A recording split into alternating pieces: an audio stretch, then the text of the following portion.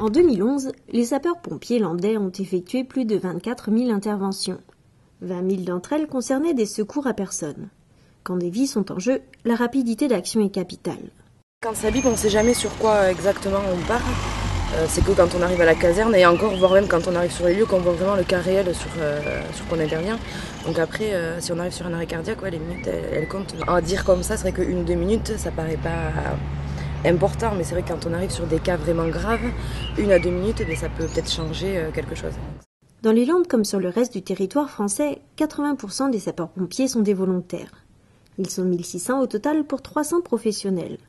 En parallèle de leur travail, ils se mettent au service des autres pour répondre à tout appel, de jour comme de nuit. Condition obligatoire de leur recrutement, ils doivent mettre moins de 8 minutes pour rejoindre la caserne depuis leur habitation. La bonne efficience d'un service départemental d'incendie et secours, c'est la proximité des pompiers vis-à-vis de leur caserne et la réactivité. Le logement des pompiers, qu'ils soient professionnels ou volontaires, est tout à fait essentiel. Il faut que ces hommes ou ces femmes puissent être disponibles rapidement. Et pour ce faire, l'idéal, c'est qu'ils puissent habiter à proximité de leur caserne. Mais parfois, comme sur la zone littorale où la pression touristique rend les loyers élevés, il n'est pas facile de se loger près de la caserne.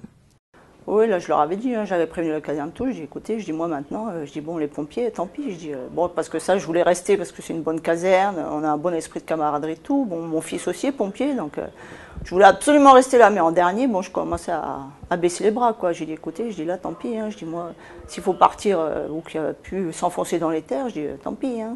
Tout le monde cherchait, ils regardaient tous, j'entendais. Et comme je leur disais, c'est trop cher. Moi, je suis toute seule, je paye les études de mon gamin, j'ai pas de pension alimentaire, je ne peux pas me le permettre.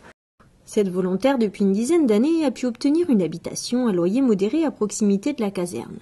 Elle a été aidée par l'Union départementale des sapeurs-pompiers qui a pris en main cette année le dossier du logement en mobilisant tous les acteurs du département. Cette problématique, les élus justement la connaissent bien. La difficulté de trouver des sapeurs-pompiers volontaires du fait du prix du logement. Et la solution vient aussi en demandant aux propriétaires c'est de loger un pompier volontaire. Donc certains ont fait l'effort de les loger, ce qui permet d'avoir un effectif aujourd'hui assez conséquent sur le centre secours de Léon. Dans l'intérieur des terres aussi, il peut parfois être difficile de se loger. À Pouillon, le maire a appuyé le dossier d'une jeune sapeur-pompier pour obtenir une HLM. Alors là, il n'y avait pas de possibilité au niveau des logements communaux puisqu'ils étaient tous occupés.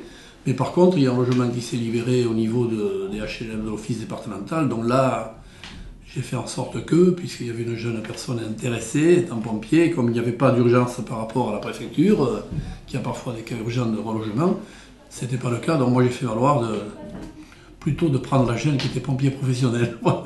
C'est l'intérêt aussi qu'elle soit sur place par rapport aux appels nocturnes.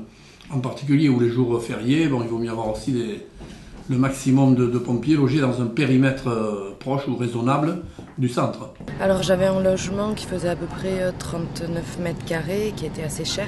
Et en étant toute seule, même avec en touchant le SMIC, ça commençait à être juste. Et je voulais me rapprocher de la caserne. Parce que le timing aussi au niveau des départs d'intervention, on est assez limité au niveau des secteurs pour la recherche de logement. Donc c'est vrai que c'est pas évident. Il est un peu plus grand, moins cher, donc c'est vrai que c'est pas négligeable. On est comme tout le monde, donc c'est parce qu'on est volontaire que les budgets sont les mêmes. À l'Office public de l'habitat des Landes, où quelques 5000 dossiers sont en attente, environ 800 logements sont attribués chaque année.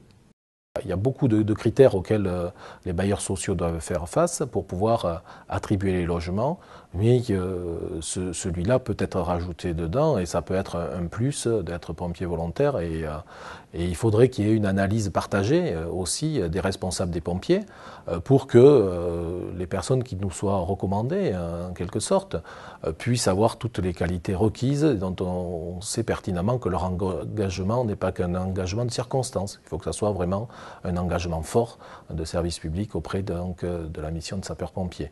Bien évidemment, il est clair qu'il faudra derrière, on n'est pas là à la bourse du logement et derrière, effectivement, on va aller aider les gens qui sont capables de nous prouver qu'ils ont un engagement citoyen pérenne. Si aujourd'hui le recrutement se fait sans problème, les choses pourraient évoluer.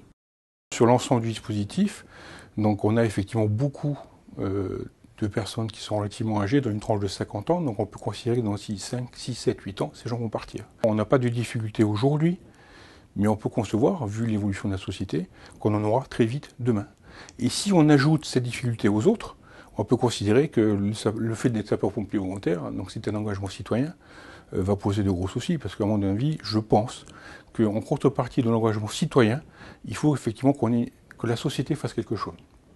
Mais très difficile et très pénible, comme mes collègues du conseil d'administration, de considérer que nos pompiers volontaires, qui sont en contact de la précarité sociale de la société, de plus en plus, on le voit, soit des fois en état plus précaire que la victime qu'ils vont secourir. Triptyque social, nous on a commencé par la santé, on a l'emploi et le logement. Je crois effectivement que c'est des dossiers majeurs qui permettent de dire à un pompier volontaire qu'effectivement au sein du 6 des Landes je suis bien, je vais y rester parce qu'on fait tout pour nous y aider. La santé pour ma famille, l'emploi, si jamais j'ai des soucis, on essaie de m'aider pour trouver un emploi à proximité toujours du centre de secours, et puis le logement. Donc si les pompiers ont ça, ben, ils seront bien là où ils sont, et donc on va y rester. Pour moi c'est important, donc ce que je fais ça m'importe beaucoup. Donc c'était important de me rapprocher de la caserne par rapport à ça et de rester pompier volontaire à Prud'homme.